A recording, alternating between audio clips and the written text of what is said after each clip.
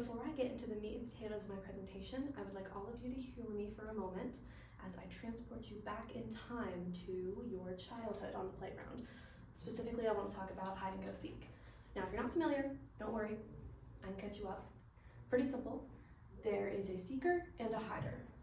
The seeker covers their eyes, hider hides. He has to find her, she has to stay hidden. Pretty simple stuff. I was bad at it, but still pretty simple stuff. What a lot of people don't know, however, is that this type of gameplay is not limited only to the playground, but also to the world of board gaming through the mechanism of hidden movement. Now, before I can explain the game mechanism of hidden movement, I have to first explain what a game mechanism is. So a game mechanism can be defined as a rule or process in a game that a player interacts with to achieve a goal. So basically it's whatever you're doing in the game to try to get what you need to get done. Some more simple examples include dice rolling. In Trouble, you roll the dice, see how far you can go to get to your objective of getting through the game. Trading, in Catan, you trade resources to get what you need. And grid movement. Checkers, you move around a grid to try to capture enemy pieces. Things players interact with and make interesting decisions with in order to accomplish their goals. Hidden movement is a little more complicated as a mechanism, but has the same general idea as something the players are interacting with. Hidden movement can be defined as movement that occurs that is not visible to all players. This may seem simple, but it can be implemented in a lot of ways. Essentially, there's usually one player who moves around the board in a way that the others cannot see. Usually they'll keep track in their notes, or they might even have their own separate map. And all of the other players will typically be trying to find this player for whatever reason. So a hider and potentially many seekers. There are a lot of different ways that this mechanism can be implemented, and I think the most effective way to truly understand it is to look at some examples of varying complexity throughout varying time periods. So that's what we're going to do. The first thing we're going to talk about is one of the earliest and most simplest implementations of hidden movement, 1962's Husband at Large. Next, increasing in complexity, is 2023's One Card Serial Killer. And finally, one of the most complex hidden movement games is 1987's The Fury of Dracula, which, trust me, you will be very glad that I saved for the end. It's a lot, but we're going to get through it, it'll be fine. However, starting simple, as most lessons do, Husband at Large in 1962, again, one of the earliest and simplest implementations of hidden movement. This game is about 20 minutes and facilitates 2 to 7 players. There is only one hidden mover, the husband, and the remaining 1 to 6 players will be pursuers. So the pursuers have to find the husband. That's the name of the game for them. They just have to find him. If they find him, all of them win. The husband moves secretly and keep track of his movements in his notes. This is in case there's any confusion on where he is, like on his part if he forgets, or in case there's a question of integrity, like was he skipping spaces? That way there's proof that everything checks out. That's the button that turns off the TV. The husband has to evade capture for 15 moves. This is the only goal the husband has, just like the only goal the pursuers have is to find him. All he has to do is stay hidden for 15 moves. If he accomplishes this, he wins. If he's found within 15 moves, the pursuers win. Very simple. And the players find the husband by occupying his space. So just knowing where he is isn't enough, they have to be where he is. So they have to get there. Which complicates things a little bit. Going into specifics, this is what the board looks like. It's a lot less complicated than it looks. There's a lot of twists and turns here, but really it's your basic Candyland setup. You move from space to space around the board. A lot of the shape here is really just for color and aesthetics. Now, there are some specific spots that I want to talk about on the board which have different uses and can help players to ask questions and figure out what's going on, which is very common in hidden movement games. Starting off with these 3 spaces at the beginning, these are the clue spaces. When occupying a clue space, a player is able to ask the husband if he has gone this way. So all 3 of these clue spaces, as you can see, are located directly stemming from the start space. So these are really mostly useful at the start so that they can figure out which way the husband's going. Beyond that, there's not much use to them, but they are very effective for off-the-bat knowledge for the players. Additionally, there are these query spaces located here and here. There are 2 of them. When standing in a query space, a player is able to ask the husband about a specific space. So if they were standing here, they could say, "Are you in space 42?" Now this does require some previous knowledge of kind of the area he's in already. They would have to know. So unless you already know a little bit, this isn't very useful. You'd really be guessing and checking, but where people are able to gather the most information arguably in this game is in these window type roadways. The way the window type roadways function is the husband becomes visible if he's connected to a pursuer by a window type roadway, but only if that connection is initiated by the pursuer. So if the husband was on 15 and the pursuer moved to 13, the husband would become visible. However, if the pursuer was on 13 and the husband moved to 15, he would remain invisible. So moving about these window type roadways is an effective way for the players to try to figure out where the husband is, because they could move to one and he would be revealed as they initiate that connection. So this is really the main clue, just because of how many there are and how connected all of them are. There's one more type of space that's utilized in this game. This is the spouse space, located in 43 and 46 up here at the top of the board. These spaces are very simple. Essentially, if a husband is occupying this space, he becomes visible.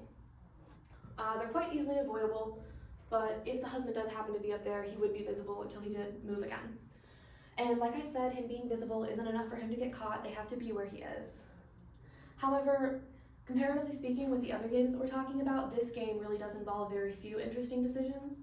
By all means, the players are really able to stumble into the husband, and if the husband plays his cards right, he could really avoid capture almost indefinitely by just foregoing movement and staying in a space not really connected to anything else.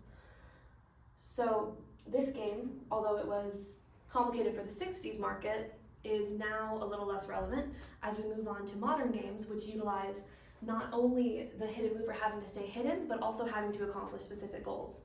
A great example of this is 2023's One Card Serial Killer. So this game is about 15 minutes and facilitates only 2 players, one hidden mover and one pursuer, one hider, one seeker. The hidden mover being the serial killer and the seeker being the detective. The detective has to find the killer, standard for hidden movement. They're looking for the person that's moving hiddenly. And the killer tracks hidden movements and notes, again, just like husband at large, making sure he knows where he is, making sure there's integrity. However, what's different about this game is there's still a turn limit, just like husband at large. They had to stay hidden for 15 moves. In this game, they have to stay hidden for 7 moves. However, the serial killer also has to complete tasks as he is hidden. So he has to kill 1 person by the 2nd move, 3 by the 4th, and 6 by the 7th. So in total, the serial killer has to kill 6 people in order to win the game. So just staying hidden is not enough.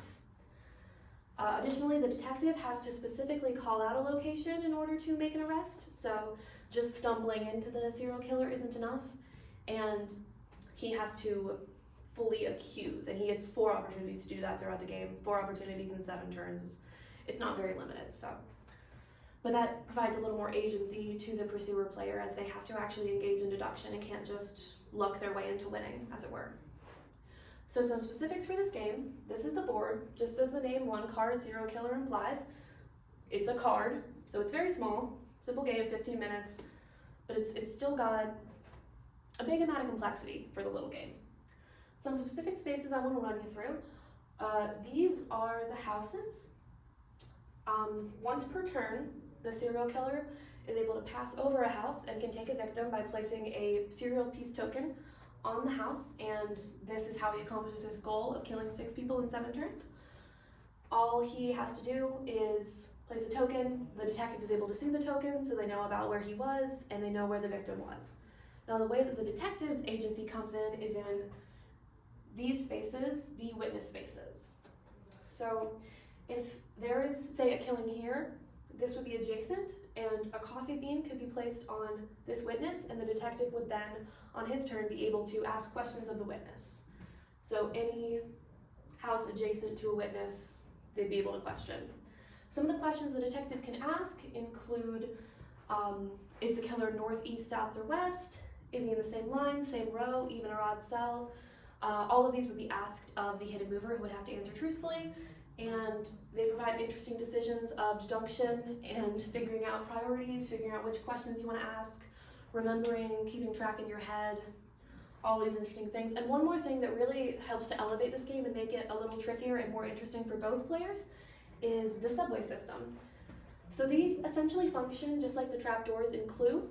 A player is able to instantly transport from one to the other when located on the space.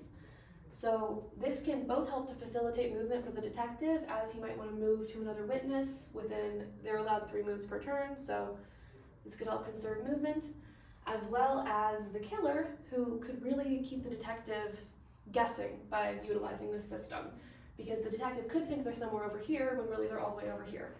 So it keeps things interesting, makes it a little more complicated since it is such a small space, which is definitely very interesting. However, this is still not as interesting as it gets in the genre. There is elevation and complexity, specifically in the 1987 Fury of Dracula, which 80s games are usually elevated in complexity. That was sort of the golden age of board games in a lot of people's eyes. But in games like this, just lasting long enough or accomplishing a goal isn't enough. In Fury of Dracula, you also have to worry about staying alive and hand management, playing cards. So with that, Fury of Dracula is about 180 minutes minimum and facilitates 2 to 4 players, 1 hidden mover, 1 to 3 pursuers. And this is the rule sheet.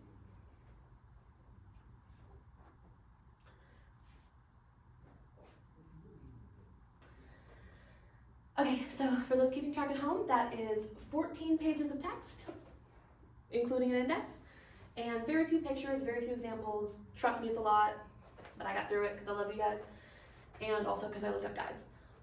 But this really shows you just how complicated the hidden movement genre can be. I'll break it down for you. Basic objectives. The vampire hunters, the pursuers, have to kill Dracula, the hidden mover. So there is a combat system in this game. Catching him, knowing where he is, neither of those are enough now. You've got to kill him. You've got to kill him dead. And that is the goal of the vampire hunters. Dracula's goal is to score 13 influence points, which we'll touch on a little bit later, but essentially that player is granted the interesting decision of choosing priorities in how to gain these points and how to do it before, biting the dust, as it were. Dracula also places minions and encounters in his wake. These can be things to inhibit player movement or issues they have to deal with before they can move on with the game, which makes it a little more complicated and interesting for everyone. Additionally, both the players in Dracula have cards which can be played. These can force people to skip turns, they can heal people from combat, but they have to be strategically played because you only have so many cards. So that adds more interesting decisions, and it's really escalating the complexity of the gameplay in the hidden movement genre. Finally, the hunters can travel by road, rail, or sea, which is 3 modes of transportation. One card had 2 modes, standard and subway, and of course Husband at Large had only 1 mode. Rail specifically is a faster mode of transportation in a lot of cases. It's a lot more randomized too. It's based on dice, which train you catch often. So that's really very interesting. Dracula is allowed to travel by road and sea, but not by rail. So that also makes it a little more tricky for him to try to move and avoid the hunters when they can move around, in a lot of cases, a lot faster than he can. Finally, there is a combat system included. This is perhaps the most unique thing about this game. As with the other 2, stumbling into them, knowing where they are, all you gotta do is deduction, whereas with this, there's huge amounts of strategy in a lot of arenas that really keeps things interesting and makes the game a lot longer, for sure.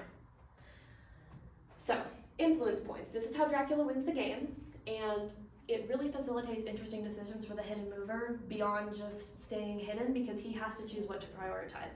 So some examples of actions that can gain him influence points, which he needs 13 of to win, include planting and maturing a new vampire. So in his wake, he leaves behind a fledgling vampire. Allowing that vampire to reach maturity before hunters kill it would score him 3 influence points. Defeating a hunter, killing them in combat, is 2 influence points. Biting a hunter with fangs, which is a specific move in combat, is 1 influence point. Fury of Dracula ability, which is unlocked in week 4, is 3 influence points, and essentially what this is attempting to sort of speed up the game if players have made it through 4 weeks of play by basically giving free points to Dracula so that he can get closer to 13 and the game can eventually conclude. And there is no deadline on winning. This is maybe the most revolutionary thing about this game, especially compared to the other 2. The only deadline for Dracula gaining these influence points is his lifespan. As long as he's alive, he has as much time as he wants to gain the 13 influence points. So it's not like Husband at Large where you have 15 or one card where you have 7. There's no turn limit. It can be as short or as long as you need, as long as you get these things done.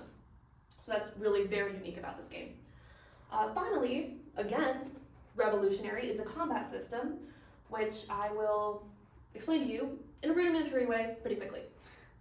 So these are the player cards, and these are Dracula's cards. And essentially the way that the combat system functions is it's almost like rock, paper, scissors.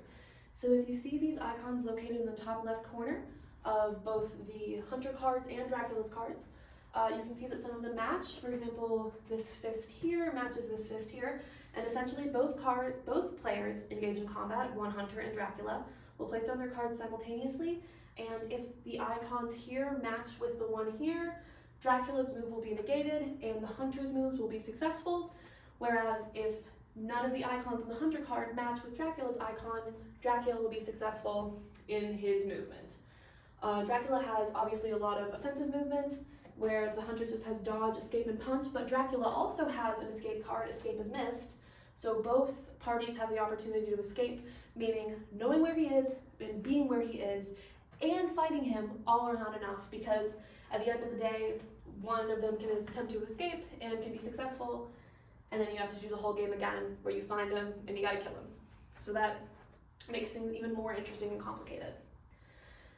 Obviously, this game is very unique, and it's definitely important to examine the differences in a lot of these games, but when talking about hidden movement as a genre and as a mechanic, it's also important to examine how these games are similar and the trends present in hidden movement games. So to review that quickly, some of the core similarities in hidden movement games are obviously elements of deduction and detective work. Figuring out what you need to know, information gathering, keeping track in your head, interpreting clues even to try to figure out where the person is. It's the nature of the game, of a hide and seek board game, is deduction and detection. And a lot of that comes from another core similarity, asking questions. So we see this especially with one card, actually we see this in one card and Husband at Large, where they're able to ask, have you gone this way? Are you in this space? Are you in an even or odd cell? Which direction are you in? All of these things, and of course they must be answered truthfully. So asking questions is really very common in the hidden movement genre because that's a lot of how people would know where to find them. Finally, one thing that's very common is different modes of transportation. This is another core similarity. We can see this in these examples in both One Card Serial Killer and Fury of Dracula, where one card has standard and subway, while Fury of Dracula has road, rail, and sea. And this is just all different ways to facilitate player movement, help them to get around the map, make things a little more complicated and interesting in gameplay. So yes, there are very unique mechanics and levels of complexity throughout hidden movement games, but there is also a lot of core similarities that make up the genre that is the hidden movement mechanic. Thank you.